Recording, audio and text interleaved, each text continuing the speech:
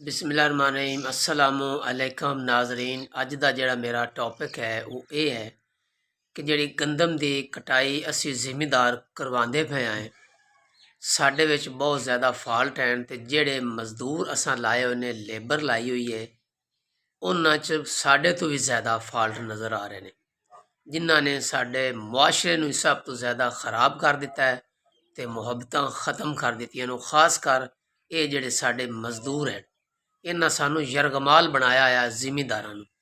ते सानू जिमीदारां नूं चाहिदा है ते जदों भी असीं कोई भी काम करिए असीं ये नहीं वेखना कि यह गरीब है या अमीर है ते असीं किसी दे तरस नहीं खाना, क्योंकि दीन के मुताबिक चलिए तो हर बंदा ही अमीर है गरीब है ही कोई।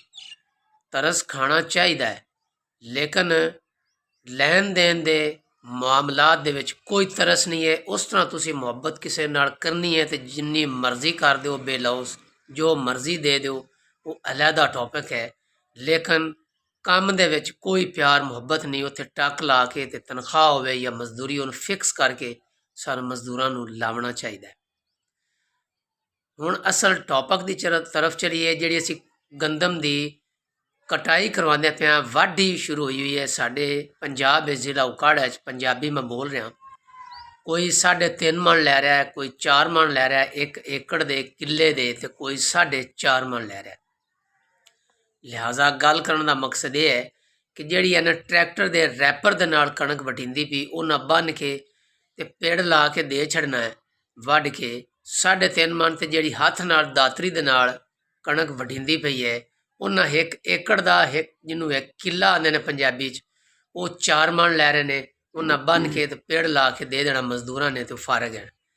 तो जेड़े गाह के सानू देंदे ने असी सिर्फ दाने चा के गंदम के दाने चुक के तो असी घर लैके आने ने वो 4.5 मन है। तो अजकल इत्थे ये पोजीशन चली हुई है कि एक बंदे ने लेबर लाई उस गल भी कच्ची की होंगी जेड़ा रेट निकलिया वो तुसी लै लवैया। मैं पूछना चाहना जिमीदारां कोलों भी तो लेबर कोलों भी कि जेड़ा रेट है वो कौन कटदा है? वो कोई अमेरिका या कनेडा या यूरोप वाले नहीं कटते, वो रेट जिमीदार खुद ही कटते हैं। मजदूर तो जिमीदार रल के तय कर लेंदे ने भी इस रेट से तू मेरा यह काम करना है, उन्होंने सदे ने रेट निकल आया। लेकिन ये लफज गलत इन्हें बनाया भी जेड़ा रेट निकलेगा जेड़ा रेट निकलेगा। यार मैं तो जिमीदारां भी किसानों भी पागल समझना तो इन्होंने मजदूरों ने जिन्हें सानू यरगमाल बनाया है। लिहाजा जदन भी इन्हों कोई शायद दो काम करवाओ लेबर को, ये अमीर होवन या गरीब होवन या जिहो जे भी होवन, तुसी इन्हां ते यकीन नहीं करना तो टक ला के ते तुसी काम इन्हां को लैना है।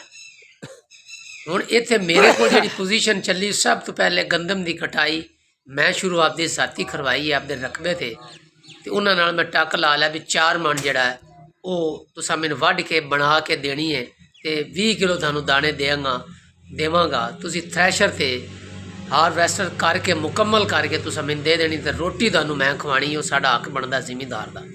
तो जेड़े मेरे नाल दे रिश्तेदारां ने लाए ने दूसरे ने लाए ने दूसरे गाँव वाले ना आके रेट पूछा तो उन्हें उस तो भी 20 शेर वध के इन्हों दस्या चा भी असी तो यह रेट लै रहे हैं तो तुसी भी कह देना भी साडे इलाके भी यह रेट चलता पाया। लै मजदूरों का हाल वेखो, उन्होंने सेंस वेखो, उन्होंने सोच वेखो। जिन्नी गंदी सोच होवे उन्नियां कौमां खराब हो जांदियां ने।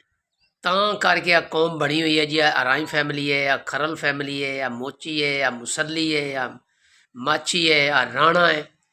मुड़ इन्हां दियां सोचां भी इस तरह ही बनिया हुई ने सारियां दियां। लिहाजा सानू चाहिए असी आपो आपदी कौमां का ख्याल करिए, आपो आपदियां नस्लों का ख्याल करिए, इन्होंने खराब ना करिए। रिजक जिहड़ा मेरे अल्लाह ने लिख दिता है वो मेरे अल्लाह ने वो ही देना है, उस तो वध के नहीं देना। तुसी जिन्नी मर्जी कोशिश कर लो। जिस तरीके तरह मुल्कां दे विच साल का बजट बनाया जाता है ना, इस तरीके दे नाल हर साल शबे बरात ते शबे मिराज क्यों साल दे विच 2 दफ़ा आती है रजब के महीने ये इस वास्ते आती है। तो अल्लाह ताला भी बजट बनाता इंसान का पूरी कायनात का कि उन्होंने सारे साल दे विच किसी को मौत आ रही है, किसी को नहीं आ रही है, किसी रोटी रोजी ज़्यादा मिल रही है, किसी को घट मिल रही है। अल्लाह भी बजट बनाता है। लिहाजा सानू मेरा जेड़े मजदूर तबका है जिहड़ी मेरी वीडियो वेखण वो खुदा का खौफ कर, जिहड़ी टक लग जाए अगर उन्हें कोई पुछ लवे दुआ गैर ਦੂਸਰੇ ਗਾँव ਵਾਲਾ, ਦੂਸਰੇ ਕਿੱਲੇ ਵਾਲਾ, ਦੂਸਰਾ ਰਿਸ਼ਤੇਦਾਰ, ਤੇ ਉਹਨਾਂ ਨੂੰ ਉਹੀ ਗੱਲ ਦੱਸੇ ਜਿਹੜੀ ਗੱਲ ਤੈਅ ਹੋਈ ਹੋਵੇ। ਝੂਠ ਨਾ ਮਾਰਿਆ ਜਾਵੇ, ਕਿਉਂਕਿ ਝੂਠ ਬਹੁਤ ਜ਼ਿਆਦਾ ਚੱਲ ਰਿਹਾ ਹੈ। ਤੇ ਸਾਨੂੰ ਜ਼ਿਮੀਂਦਾਰਾਂ ਨੂੰ ਚਾਹੀਦਾ ਹੈ ਇਹ ਆਪਣੀ ਲੇਬਰ ਨੂੰ ਖਾਸ ਕਰ ਖਾਣਾ ਜ਼ਰੂਰ ਖਵਾਇਆ ਕਰਨ। 1000 12 1500 ਨਾਲ ਕੋਈ ਫਰਕ ਨਹੀਂ ਪੈ ਜਾਂਦਾ, ਇਹ ਅੱਲਾ ਖੁਸ਼ ਹੋ ਜਾਂਦਾ ਹੈ, ਇਹ ਸਾਡਾ ਬੈਨੀਫਿਟ ਹੁੰਦਾ ਹੈ। ਬਾਕੀ ਆਪਣੀ ਖੁਸ਼ੀ ਦੇ ਨਾਲ ਮਜ਼ਦੂਰਾਂ ਨੂੰ ਉੱਤੇ ਜੋ ਪੁੱਜ ਸਰ ਜਾਵੇ ਉਸ਼ਰ ਸਮਝ ਕੇ ਦਿਓ, ਬਿਲਕੁਲ ਦਿਓ। ਜ਼ਕਾਤ ਸਮਝ ਕੇ ਦਿਓ, ਬਿਲਕੁਲ ਦਿਓ। ਲੇਕਿਨ ਮਜ਼ਦੂਰਾਂ ਨੂੰ ਚਾਹੀਦਾ ਹੈ ਕਿ ਸਾਡੇ ਮੁਆਸ਼ਰੇ ਦਾ ਰੇਟ ਖਰਾਬ ਨਾ ਕੀਤਾ ਕਰਨ, ਉਹਦੇ ਵਿੱਚ ਆ ਕੇ ਫਿਰ ਉਹਨਾਂ ਦੀਆਂ ਕੌਮਾਂ ਖਰਾਬ ਹੋ ਜਾਂਦੀਆਂ। ਤੇ ਮੈਨੂੰ ਉਮੀਦ ਹੈ ਤੁਹਾਨੂੰ ਮੇਰੀ ਵੀਡੀਓ ਪਸੰਦ ਆਈ ਹੋਸੀ।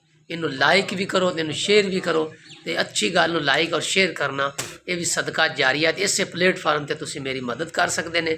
ਜੇ ਅਗਰ ਕੋਈ ਗਲਤੀ ਕੁਤਾਹੀ ਹੋਵੇ ਤਾਂ ਕਮੈਂਟ ਸੈਕਸ਼ਨ 'ਚ ਜ਼ਰੂਰ ਦੱਸਿਆ ਕਰੋ।